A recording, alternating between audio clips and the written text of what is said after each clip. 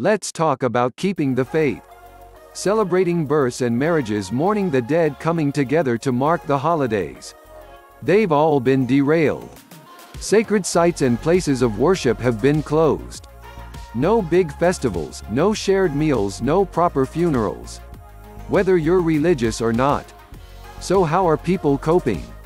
How do we maintain our spiritual and cultural practices under lockdown? And what can we all do to stay strong? Some of us choose to navigate through life on our own. But the vast majority of people turn to religion for spiritual sustenance, direction and community. Especially when times are hard. And this pandemic is one of those times. Over 85% of the world's population considers religion very important in their lives. And so when they cannot gather as a result of the social restrictions of COVID-19, it feels like an incredible loss. Governments around the world have banned religious and spiritual gatherings to contain the pandemic. And with good reason. Probably the most notorious example of what they're trying to avoid is the story of patient 31. In early February, a woman in South Korea developed a fever and went to hospital. She was tested for COVID-19, but before her results came back, she attended at least 4 church services. She even went for a buffet lunch. By the start of March, more than 4,000 people were infected, 60% of them were from her church. Easy to see though how just one person can become a super spreader. April is a big month for religious holidays, but this year things had to change. Jews who would normally share meals and prayers for Passover were forced to congregate online.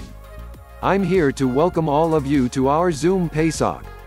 Instead of celebrating Mass before tens of thousands of worshippers in St. Peter's Square, Pope Francis live-streamed his Palm Sunday sermon. Sikhs usually hold the festival Vaisakhi. This year they did it at a safe distance. There were other celebrations, too, like Orthodox Easter and a Hindu festival called Rama Navami. And now Ramadan, a month of fasting considered holy by 2 billion Muslims around the world.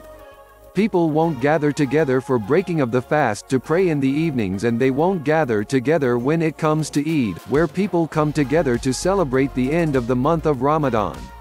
We all plan to have a big Zoom Eid party, dress nice and have fun. It's going to be a little more different than usual, but I think we'll still have a good time. The faithful around the world, no matter what their religion, are having to adjust. And congregations are getting creative.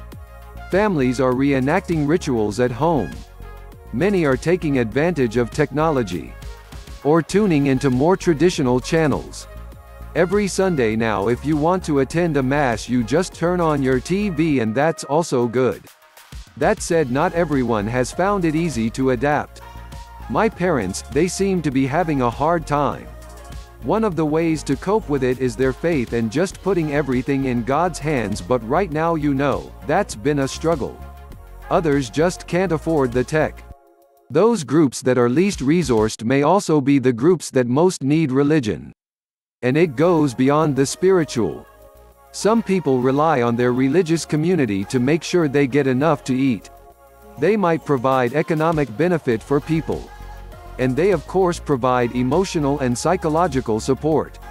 And there's probably no more difficult time than losing someone. The pandemic has forced restrictions on funerals and burials that defy our universal rituals of saying goodbye.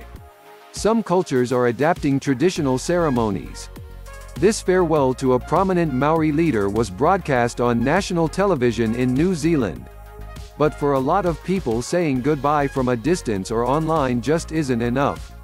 As a family, being together with her would have helped us grieve together for a moment as well, which helps you also acknowledge the enormity of what's happened.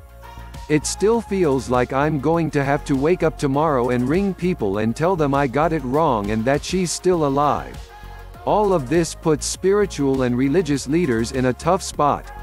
Many want to provide comfort to their followers, but they're also obliged to stop them from coming together. And that goes against centuries of religious practices.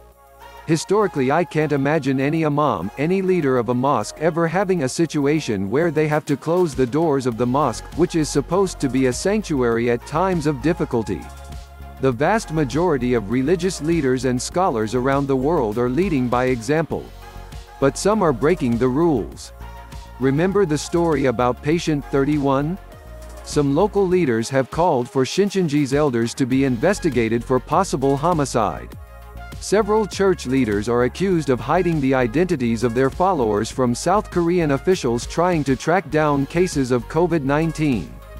Other religious communities have ignored lockdowns too. Large weddings by Hasidic Jews went ahead in New York. Some Muslims in Malaysia kept going to Friday prayers. Mega churches in U.S. states like Florida and Louisiana were still packed. Bless them, bless them. Put a holy boldness on them. And it's caused a backlash. For example, an Islamic group in India held an event against police orders. That led to a surge in anti-Muslim violence. It's a trying time for a lot of people. None of us have ever lived through anything like this before.